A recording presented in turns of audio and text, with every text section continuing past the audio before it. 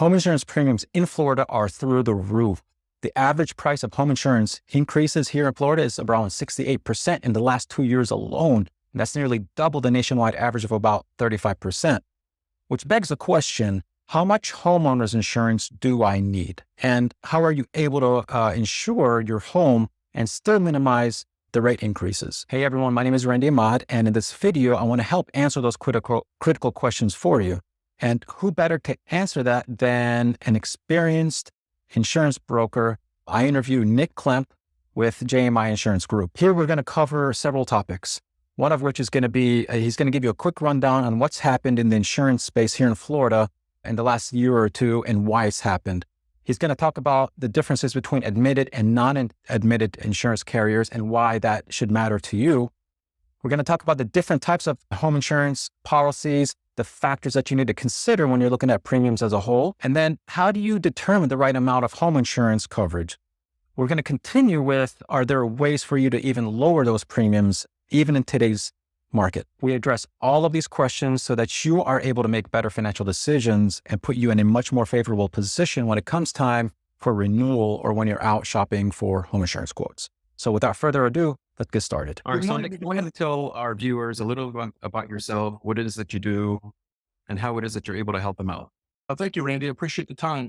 So my name is Nicholas Klemp. I've been an agent I've been in the insurance industry actually for over 20 years. Property and casualty area, with property and casualty primarily is the home, auto, flood insurance area for the last about 9 years. Our agency, JMI Insurance Group, we've been in business for the last 12 years. Jake Moore is my business partner. We are a broker. So what that means is that we handle a number of different business products or insurance products. So home insurance, auto insurance, liability insurance, flood insurance, commercial brands, commercial products. So we do an array of different types of products as far as our agency is concerned. However, our main focus, the biggest portion of our business on JMI Insurance Group is the home insurance market. So today, what I'd like to talk about is a focus really on that home insurance market. How much home insurance does one need for a home or a residence that they're purchasing? We're going to talk about a number of different facets of the home insurance market, from carriers, admitted, non-admitted, to types of home insurance that's available, the factors of policy and determining what that policy looks like for you, what is good for you, what's not good for you, something that you need to review in your product lines, how to determine what's the right amount of insurance for individual budgetary reasons, coverage for the different product that you're looking for or property that you're looking for. We're going to cover pretty much all A to Z as far as the home insurance market is concerned. So excellent. Before we dive into that, let's take a step back a little bit, Nick, and tell us what's happened specifically this past year with regards to home insurance. Yeah, great question. Right? It's quite the challenge, as you all know. It's been a challenging market really for the last 2 years in particular.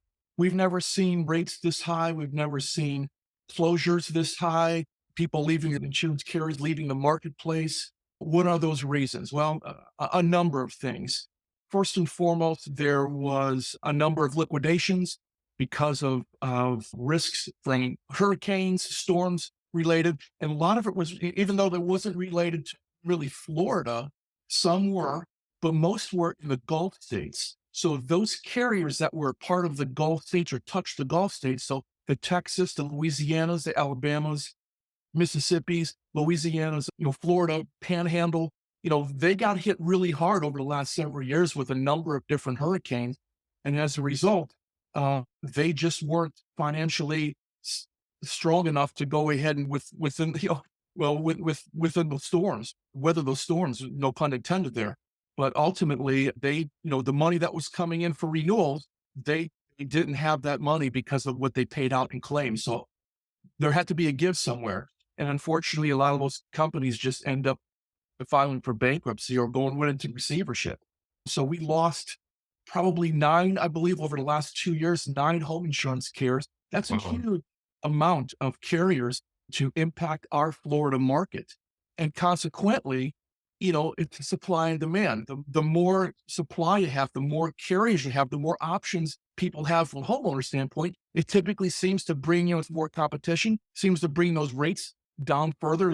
There's more options for those carriers to get reinsurance. So reinsurance is the insurance that these carriers buy to be able to provide home insurance policy to people like you and I and consumers out there in the Florida market. When that Go ahead.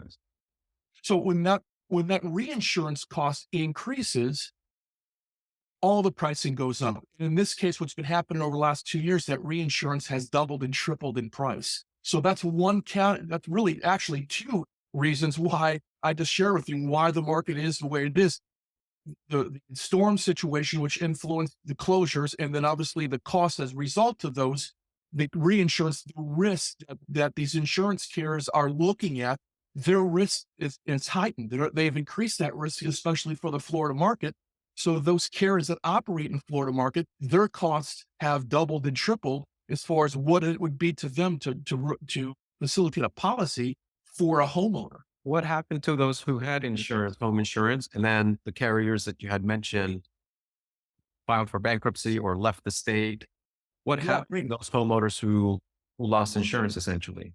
Great question. So, they were all given a deadline to find new coverage.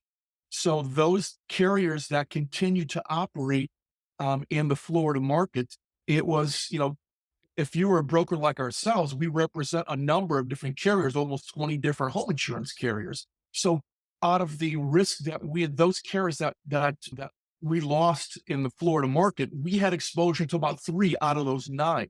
So the other carriers that we represented, we had to find homes for those individuals. Some were successful, we were able to, some we were not.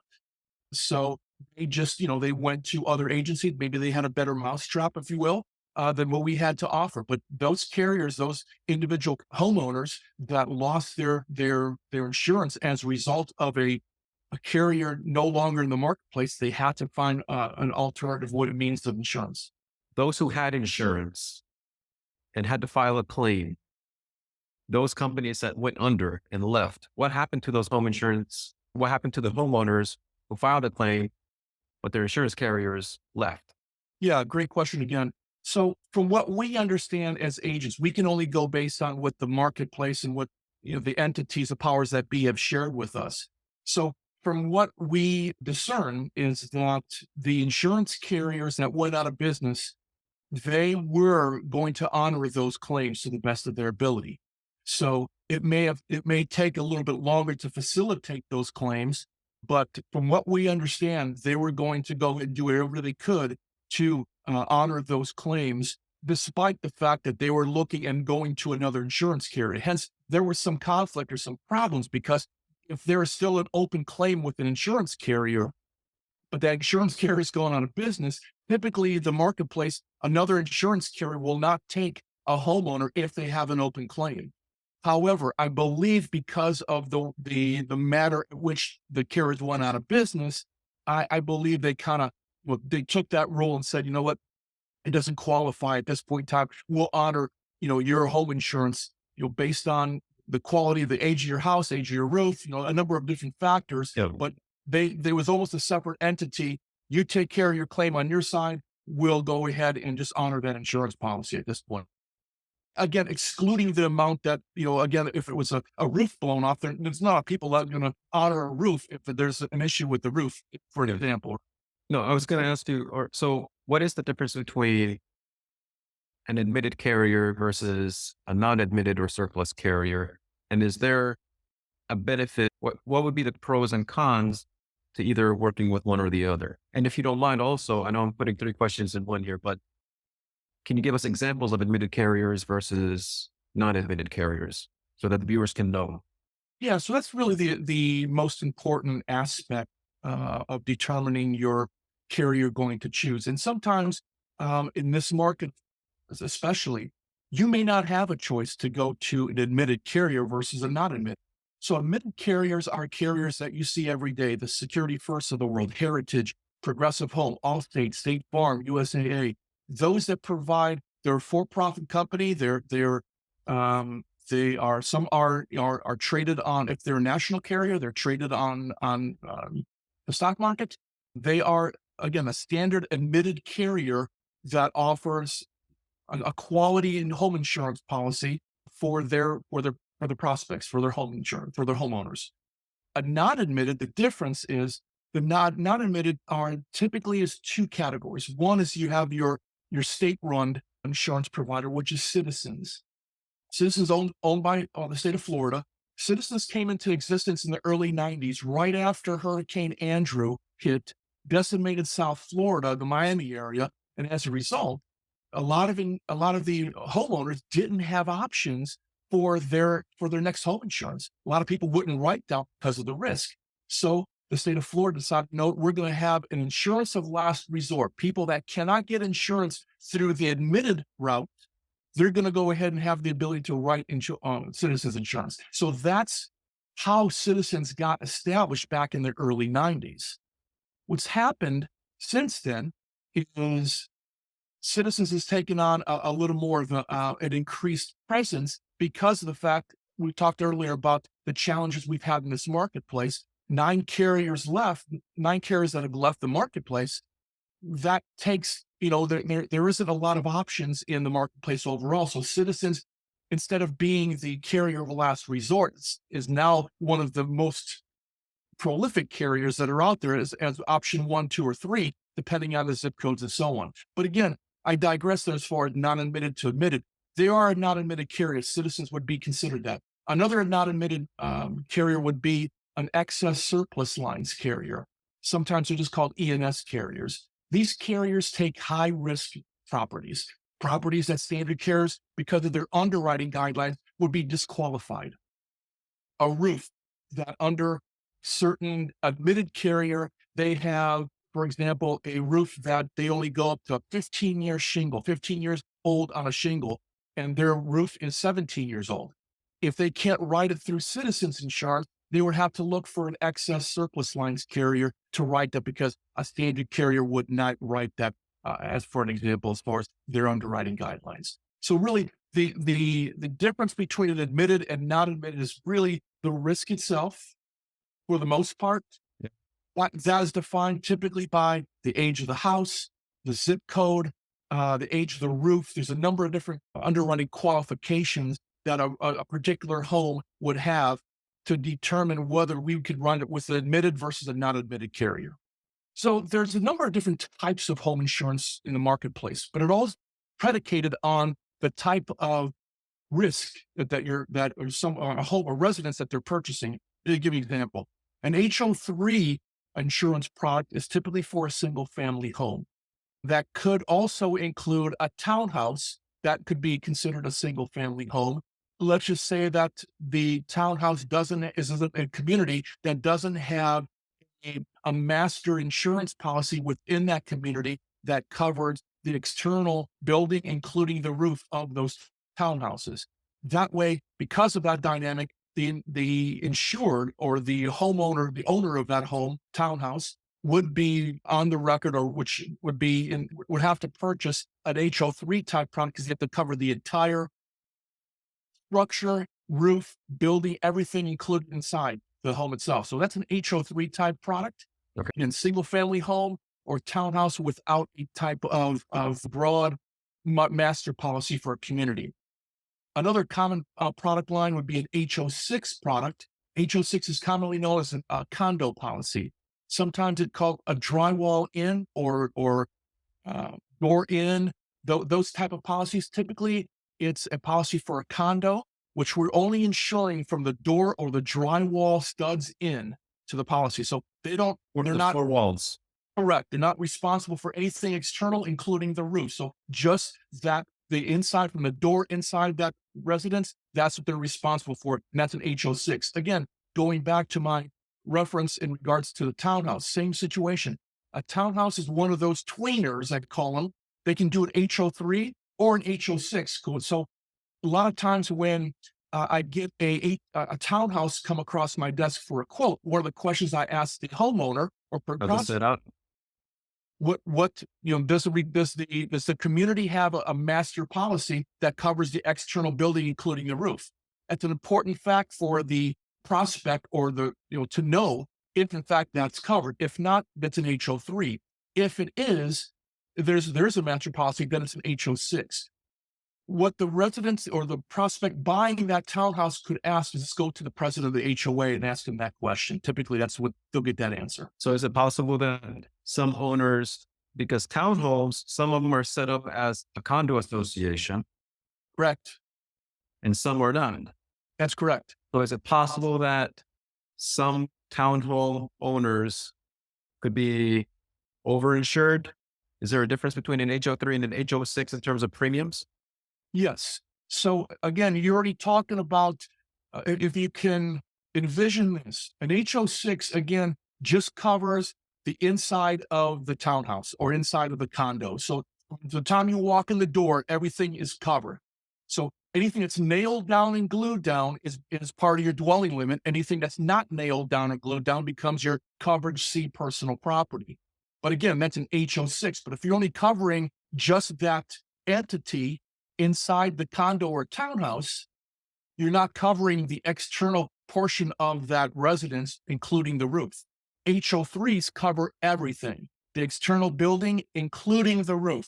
That's the difference. So hence, from a coverage A dwelling standpoint, an HO3 is going to cover the entire building, including inside and outside, as far as what's nailed down and glued down, versus an HO6, which is only the inside of that condo or townhouse. Nick, walk us through the different coverages. You mentioned coverage A, dwelling limit. Explain to the viewers what the different coverages are. You've got coverage A, you've got coverage B, C. There's a number of different coverages, A through F, as far as a home insurance policy is concerned. We spoke about the types of insurance available. I know I mentioned HO3 and HO6s, but there's also a product called the DP3 that I think is something that's continuing to increase in the marketplace. So I want to make sure we touch on that before we go into the types of coverages. So can we go ahead? In addition to the HO3 and HO6 products I mentioned earlier, there's another product called a DP3. A DP3 typically is an investment property for a single family home. Investment property meaning that there's going to be a tenant occupant in that particular home. So somebody buys it for an investment purpose, buys a home. Their product looks like they have the same coverages as an HO3. It walks and talks just like that particular type of product line. However, the only really biggest difference is one, there's a tenant occupancy. And secondly, there's usually a lower coverage C personal property because again, you're just buying the home, renting it out. So people that actually are renting the home, everything that goes in that home, the televisions, the electronics, the furniture, the clothing, that is part of their personal property. So their rental policy is going to cover anything that's inside that house. So a DP3, again, is an investment type insurance product, typically for a tenant occupancy, but it walks and talks as far as the coverages like an HO3, with the exception of it's a tenant occupancy in most cases, and it has a lower coverage C personal property. So now walk us through the different coverages that you were mentioning, A, B, C, D through F. Yeah. So there's a number of different coverages as far as a HO3. We'll start with the HO3 type product first. First and foremost, it's going to be your coverage A dwelling limit. That's going to really be the most important dynamic is again, everything that's nailed down and glued down in a house becomes part of your dwelling limit. So from your roof to your flooring, inside and outside walls, anything nailed down and glued down becomes your coverage A dwelling limit. That is the biggest area in which the lender if you have a lender that you're working with, they want to make sure that coverage A dwelling limit meets two factors. One is either it's going to cover the loan amount, 100% of the loan amount, or it's going to be 100% of the replacement cost for that home. In most cases, the insurance carriers, we are obligated to put together a replacement cost estimator through the home insurance carrier system. So every quote that we do, every carrier that we quote through has their own replacement cost estimator system. We plug in all the different components of that particular house that we're quoting on. And then based on those components, the system renders back to us what that replacement cost looks like. So God forbid, if that house were to burn down tomorrow, the insurance carrier said, we feel it's going to cost $300,000 to replace that particular home. And that's what we use for the replacement cost, is where we use for the coverage A dwelling limit in most cases for a quote. Now, in today's market, it's a little bit tricky because the fact that the costs are so much higher these days, or values of the homes are somewhat inflated. They have been for the last, especially 18 months to 2 years. So that difference, there's a lot of questions out there saying, well, my house is worth $500,000, but you're saying its insurability is $325,000. How can that be, Nick? Well, it's kind of like a situation like this. And this is a kind of an example that I use. We do some business in the South Tampa area. It may be a 1,600 square foot house. We only insure that for, let's say, $400,000, $500,000 in that particular area. However, the value of that home, because it's on the water, may be $1.5 million in today's inflated market. We're not going to insure it for $1.5 million because we'll be insuring dirt. Virtually, we're insuring that land. We're not in the business to do that. So based on that zip code, based on, again, that location, the type of home it is, the age of the house, and so on, all that factors into the replacement cost estimator, what we put into each individual carrier, and it renders back what we need as far as the coverage A dwelling limit, and that as 100% of the coverage limit. Now, could that rate vary from what the loan amount is? Absolutely. So the insurer, the homeowner, can make a decision. They can say, Nick, can you provide me with a loss settlement statement showing that the coverage A dwelling limit is at 100% of a loss settlement? I can do that. So that takes that burden off the lender, saying, yes, it's at 100% of a loss settlement as far as that's concerned. So it meets that criteria. Or the homeowner may say, Nick, can you get that policy up to the loan amount? We'll surely do everything we possibly can to make that happen, but I can't insure something. It's what can be considered fraud if I do that. So in other words, you live in an area, I'll pick Riverview, and the houses in that general vicinity, in that zip code or in that community, range anywhere from, let's say, 350 to 450. And your loan amount, because of the inflated amounts, your loan amount, say it's $505,000, and you need that at 505. The replacement comes in at 400. I'd have to work with their underwriter team to try to tweak it, to try to get it as close as I possibly could. But at the end of the day, I can't give a rate based on just what that loan amount is, because again, I'll be over insuring that, and the insurance carrier will not allow that. So I can only go, there's a certain expectation, but I can go that the insurance carrier allows me to go. Anything beyond that, I have to go ahead and get an approval from that insurance carrier. So it's not insurmountable, but there's just some caveats that we have to work through to make that happen. That's the coverage A dwelling limit. Again, the most important coverage factor in an entire insurance policy, whether it be an HO3, DP3, HO6, it doesn't matter. That is the most important one. Okay. Very good. Coverage B is other structures. Other structures considered are things like external gazebos, external sheds, garages, anything that's not touching the house, a fence, that there's a distance between the house and that structure is considered an other structure. Typically, from an insurance perspective, we quote at 2% of the coverage A dwelling limit. That is, that it's usually a percentage of the coverage A dwelling limit. So it usually starts at, you can exclude it altogether.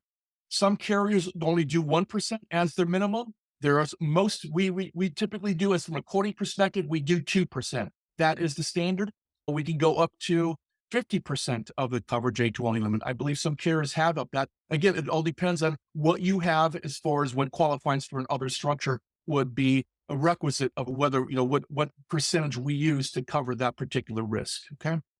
The coverage C is in Charlie, personal property. Again, very important. This is your content coverage. Everything that's not nailed down or glued down. Again, the coverage A dwelling limit was everything nailed down and glued down.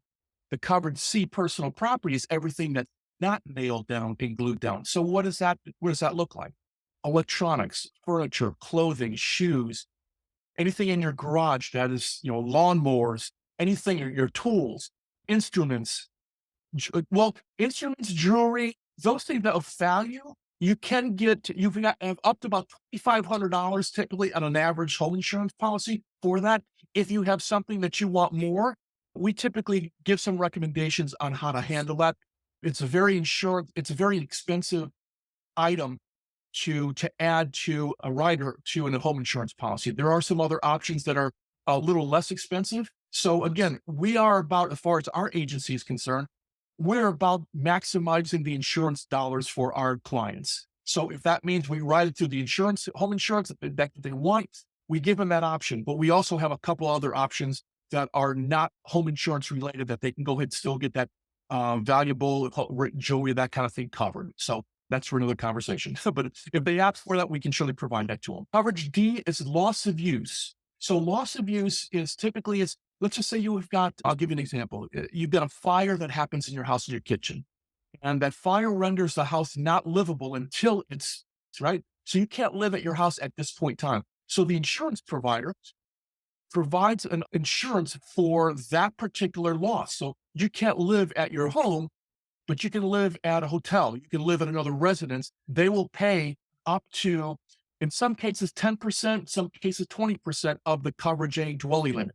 So that, again, like the other structure, there's a percentage. It's either 10% or 20%. Sometimes they go up to, I believe, 25 or 30%, but most are either 10 or 20% of the coverage A dwelling limit. And those typically are reimbursed expenses. So if you're going to be out of your house for a week and you stay at a hotel for a week, the coverage for that week for the hotel, whatever that costs, you send that billing to the insurance carrier. They write you a check for that cost. Same thing with food and any expense you have, they will reimburse you for up to that cost that you have for your loss of use. That's coverage D, loss of use. Coverage E is an elephant. That's personal liability. Personal liability and coverage F is in medical payments. I call others coverage. Others coverage is because if somebody else gets hurt at your house, that's what it's there for. It's not a family member. It's someone that's a non-family member that gets hurt or injured at your house. It goes to any liability. If they try to sue you, you've got that 300,000, 500,000, whatever you select to cover you in that situation, to indemnify you for, to protect you as far as those litigation costs. Also, medical payments. The personal liability can also be used for any type of medical payments as well. So someone gets hurt at a party, they try to sue you, or they've got medical expenses beyond what you have medical payment wise. You can go ahead and tap into your personal liability to cover those costs as well. How do policyholders or those looking for a new policy or updating their existing policy, how do they quantify what their belongings are worth? Yeah, and that's really, it's a difficult aspect unless you're really on top of things. And most people, like myself, it's one of those things where you kind of have to ballpark it. So you know what you've purchased, you know what you paid for certain things, certain aspects, not everything in your house, but you know what you paid for the larger items, right? Your sofas of the world, your entertainment centers, your TVs. You have an idea of what those cost. And the other thing is, you can get a ballpark of it's all replacement costs. So the insurance policy is in place to replace that particular item. So hence, if you've got a 50-inch high definition television in your family room and that gets lost in a fire, they will replace a 50-inch high definition television. That's what they'll pay for. They won't pay for a 65-inch. Make sense? They replace that particular item. If you've got a leather couch with a recliner in your family room and it gets damaged in water and so on, they're going to look at you to find an comparative optional type to replace that particular couch. And if it costs $5,000, that's what they're going to pay. So again, you got to kind of look at your every room. And I always advise my clients this: take a picture of every single room you have in your house, or even a video, and just put it in your library, put it in your phone. That way you have a recording or some type of document to support that everything in that particular room. Because a lot of times, people buy things, they put things around. Look at every single room. You've got a 5-bedroom, three bathroom home, 2-story. There's a lot of real estate there, and there's a lot of stuff that's in each of those rooms. How can you keep a track of that? So this is a memorandum, if you will, of all the pictures, of all the videos that you can take of each individual room and the contents, at least give you starting point for those particular items if you lose everything. And that's really what the insurance carrier is going to be looking for, is an itemized list of everything that you've lost. I'll give you a real world example. This actually happened to me personally. Is my house got hit by lightning and I had a power surge to my home. Well, I've lost $8,000 worth of electrical components, including my electric stove. I lost everything. A lot of things that were plugged in to the walls got fried. So I had to go around in every room of my house of things, electrical items that were not working, that were shorted out because of that power surge. I had to make a list. And then I went back to a Walmart or went back to a store, even online. What would this particular item cost, today's pricing, as a replacement cost? And again, your coverage A, your coverage C personal property, there's 2 categories of which you evaluate what type of personal property valuation that you want. So after you determine what the amount that you want to cover for your particular home, now you want to go ahead and evaluate, do you want to be reimbursed due to a loss at replacement cost, or do you want it at actual cash value? So actual cash value is more of a depreciated rate. So, but in doing so, if you select the latter, a depreciated rate, the insurance carrier will lower your overall cost. So again, it's one of those budgetary issues where you've got to look at what is the optional a number that you're looking for to manage or to indemnify your house from a personal property standpoint, but also, is it enough if I go to actual cash value, just say they slice it by 50%, is that still enough to cover what I have in my house to cover what I need as far as a reimbursement? So again, those are the kind of things in your mind which you need to be thinking about when you determine what your personal property is going to look like, what that rate is going to be overall. And then is it easier for me to go just replacement costs, which is today's pricing? If it's $900 at Walmart for a high definition television, that's what they're going to pay you, $900 less your deductible. Or actual cash value, let's just say they're only paying at 50%. So instead of 900, they're going to pay you 450. That's kind of how it works. So the benefit to going the cash value route is going to be a lower premium, technically. That is correct. Yep. Versus replacement cost, it's going to be essentially a higher premium. Right. That's correct. However, but it's an easier way to, if you do have a loss, it's easier to put a valuation on items. You lost this item. Now I bought that item 5 years ago. Well, 5 years now, that item is now worth $200. Instead of I bought that at $50, now it's worth $200. The insurance carrier pays you $200 because that's the going rate for that replacement cost, because you've chosen replacement cost as your valuation for your personal property. Yep. How do you determine the right amount of home insurance that one needs? Typically, I'm going to get a number of different factors or items of information that I need to put the quote together. Some are personal in nature, name, cell phone, date of birth, so email address, so on. But also I'm going to ask you what your purchase price is. So it gives me at least an idea of, the amount within a certain number, what that amount looks like being financed. But I'll even ask that, is that the amount you're financing? They may say, no, I'm putting down 50%. This is going to be the amount of finance. So it kind of takes the replacement cost situation into account at that point in time. Okay. So those are the factors. Really, the baseline that we typically use is your replacement cost estimate. So they give me that the address of that house, the components of the house, which is, let's just say that it's a 2-story house. It's in the Riverview zip code 33578, 5-bedroom, 3-bath, 2-car garage. It has a gable roof instead of a hip roof. All those components I put into the replacement cost estimator, and then the insurance carrier renders back to me what that rate coverage A dwelling limit looks like. So that's my starting point for the quote situation. And then we have again, we do a baseline quote. So typically we get what the replacement cost estimator is. We do a 2% of the other structures. We do a 25% on the personal property. We do 25% of the coverage A dwelling limit. So personal property, like other structures, is a percentage of the coverage A dwelling limit. It starts typically at 25% in most carriers. Some carriers will go down to 10%, or you just exclude it altogether and you don't want any coverage. But most of the time, 25% is the minimum. Then it goes to increments of 5. So 25 to 30, 30, 35, and so on and so forth. So we quoted out at 25%.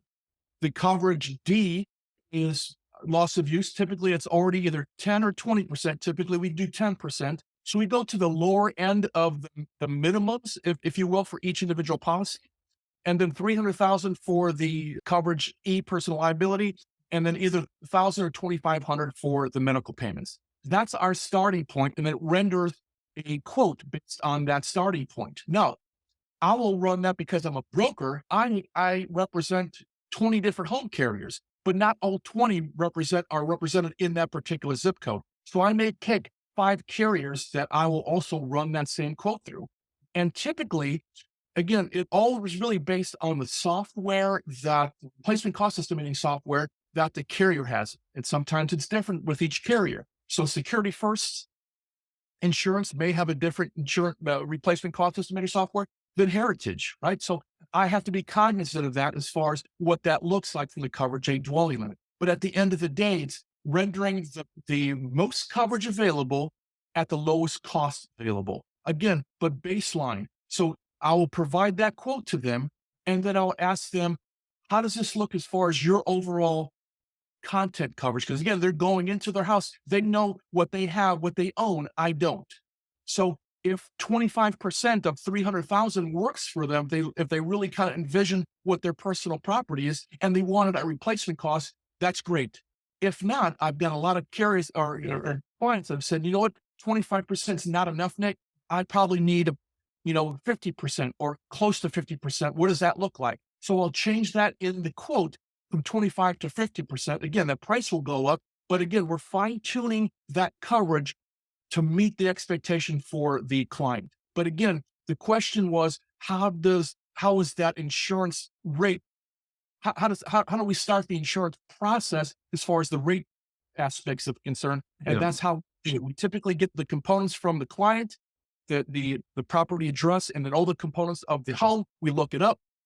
If it's new construction, sometimes that information is not available online. So we have to ask them, what model are you purchasing? What builder are you using? I'm using D.R. Horton, or I'm using Lennar. Okay, what model did you purchase? So we can go on to the Lennar aspect or D.R. Horton's website and find that particular model. So that gives me, it's going to be, they purchased elevation A. It's a 3-bedroom, 2-bath home. It has a 3-car garage, but also has a porch in the front yard. It has a hip roof. It's giving me all the components that I need to render that, put it in that coverage A, or put it into the replacement cost estimator to render that coverage A dwelling. So if we were to step back a little bit, what are the main components that the homeowner or the new homeowner definitely needs? And I think what you're looking for is what other factors are there from a coverage standpoint that would impact a particular policy as far as rate concern, what would be important for a homeowner to go ahead and.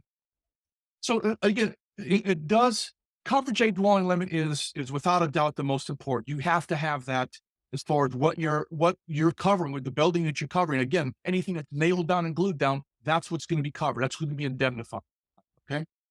The coverage C, personal property, again, it's a personal situation. So you have to determine as the homeowner, what do you own? What do you have? And look at your clothes, look at your furniture, look at your electronics, look at everything that you own.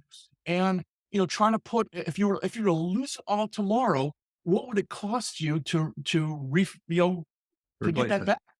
Replace it. Yeah. So those are the determining factors of when you initial look at a quote, evaluating a quote. And again, this is how we do our quoting. Now, other agents may quote it completely different. Now, they may quote it, they don't differ much on the coverage A dwelling limit, but the other factors they may quote differently. They may put 50% up front, but they may put there's 2 deductibles typically for any type of policy. You have your AOP deductible, which is all other perils deductible.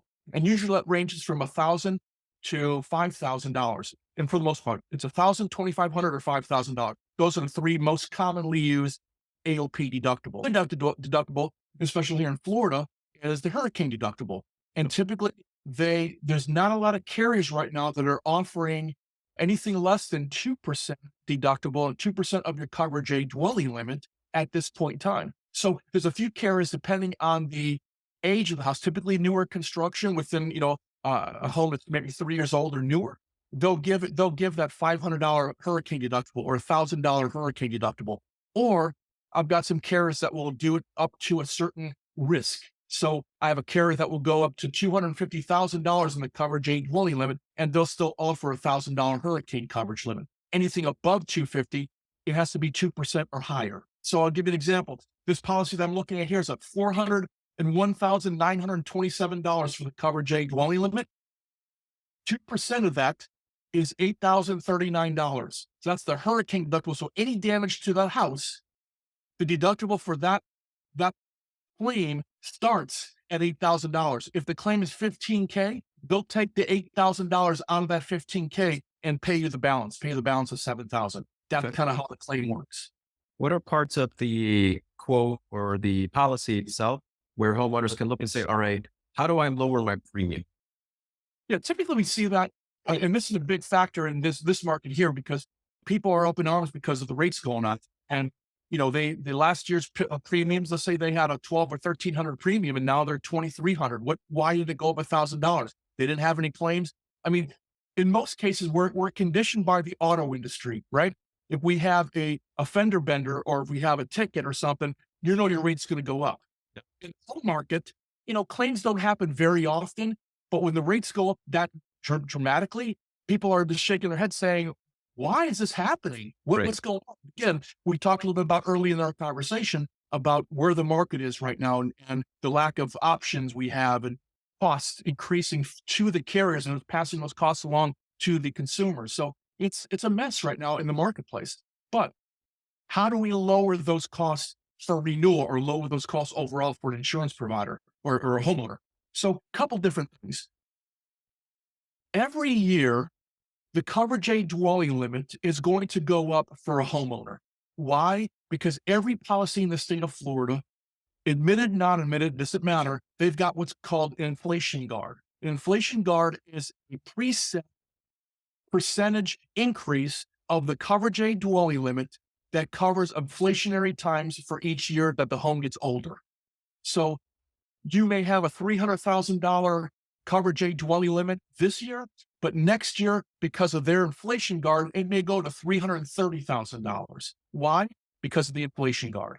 So they don't have there's no changing that to a certain degree. Now, you can, each year that has an inflation guard, it may be a situation where it gets overinsured. We can go, at that point in time, you can go back to the insurance carrier and say, I'd like to have a new, or the agent, I'd like to have a new replacement cost estimator done on my home. And it may come down to, let's say, go back to 330. You're at 380 and it goes back down to 330. You now have justification to go back to that carrier and say, you know what? I'm not going to take it at 380. I want it at 330 because that's the replacement cost for my house. So move my coverage a dwelling limit back to 330 instead of 380 where it's at. Interesting. That's one aspect. You have personal property at 50%. You can reduce it to 40% or 35% if you feel you don't need the 50%. That's one aspect. So you're lowering your coverages there. The other thing too is, again, for coverage, as we mentioned earlier in the personal property, you have the valuation aspect. So you can go ahead and move it from replacement cost to actual cash value. Let's just say you're at 50% of the coverage a dwelling limit. The rate, the limit stays the same, but how it's paid out changes. So instead of replacement cost, you now have an actual cash value, which will lower your overall premium. So that's another way. The other side of that is a deductible. So if you have a $1,000 AOP deductible, you can move it to $2,500. That will lower it. If you got a $2,000 hurricane deductible, you want it to go to $5,000, or you want to go to 2% hurricane deductible. If you move it to 5%, yes, the hurricane deductible is going to skyrocket, but it will significantly lower your cost overall. So these are different ways that we could look at lowering your costs overall for a particular home insurance policy. And that's across all the DP3, HO3, the whole 9 units. Nick, in what cases would it make sense for somebody to say on the personal property side to say, Yeah, I think the cash value route would be good for me. Yep. So we do this. It's kind of like I call it, playing the game a little bit.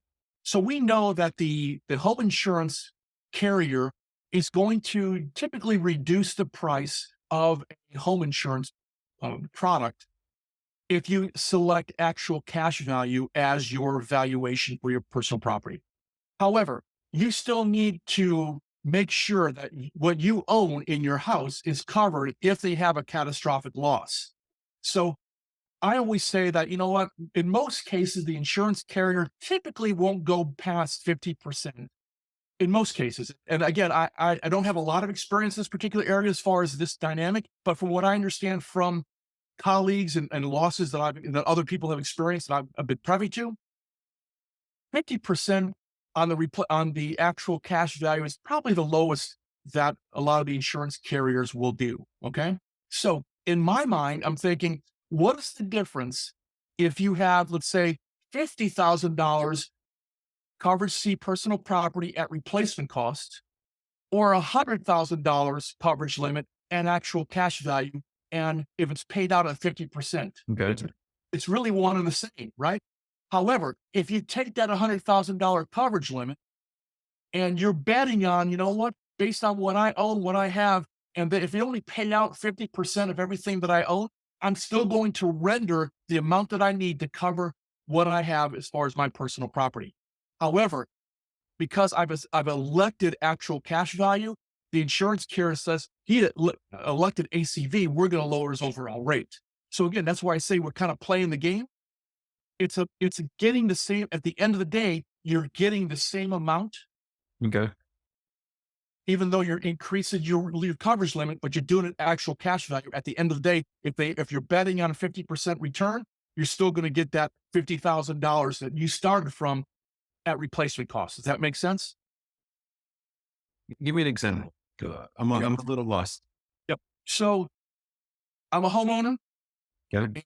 I have my personal property at $50,000 at replacement cost. Oh, okay. Now $50,000 cost. The cost to insure that is $300 for the year. Okay. My agent says, Nick, if I move I know you asked me to go ahead and look at ways to lower your overall cost for your policy overall. This is what I could do for you, Nick.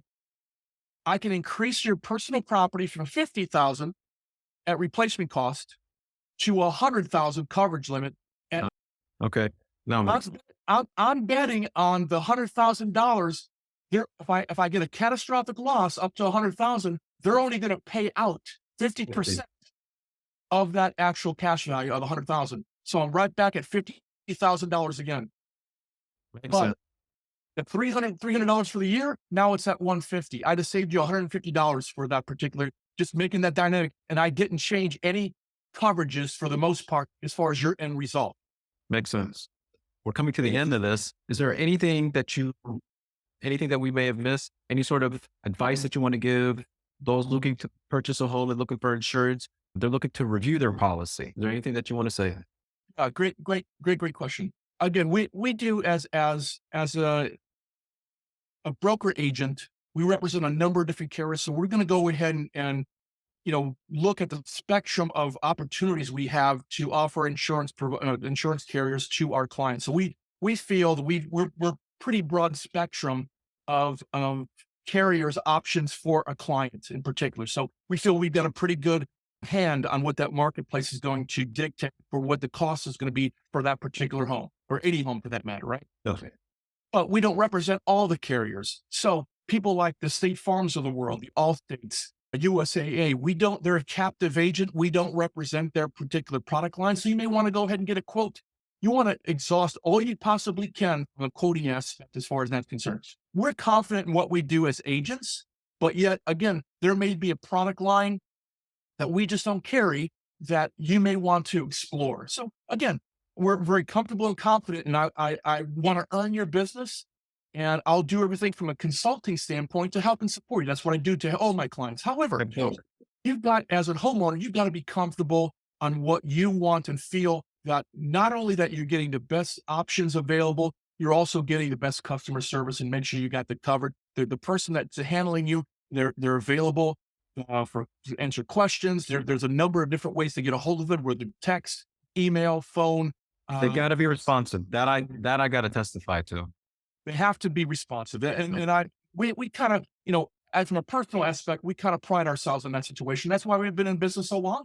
And while we actually we're very proud of this, we typically renew over 85, 87% of our clientele for that very reason. They typically don't leave us because we do a good job. When we know that those rates have gone up, if we have other options, we provide those options to them, and they stay with us. So we do whatever we can to help them. But if you are a homeowner and you're looking for home insurance, we encourage you to go ahead and look at a array of options. But again, dig into the details of the policy. Just don't be enamored with the rate, because as agents, we don't. Some do, which we get frustrated with. They tweak it to the point where it may look on the front end like they're getting the best deal available. But when you start digging into the policy, it's 5% hurricane, it's $5,000 AOP deductible, it is actual cash value on 25% of your personal property.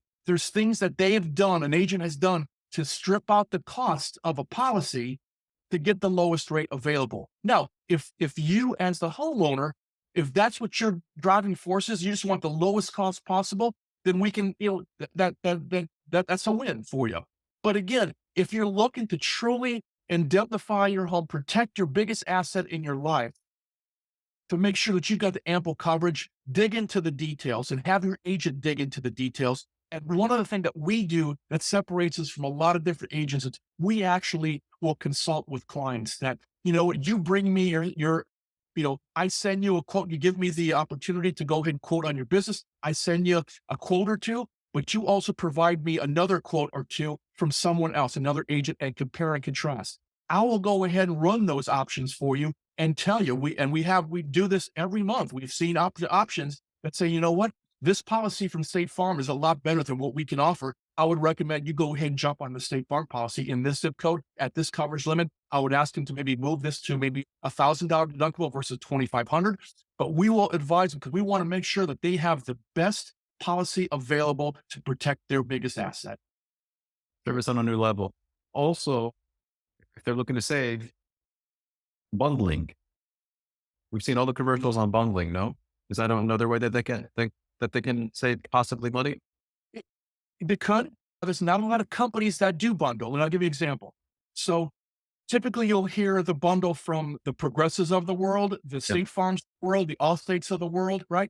You even hear them from Geico, but here in Florida, they don't really run home insurance any longer. So Liberty Mutual, it's usually an auto insurance carrier versus home insurance.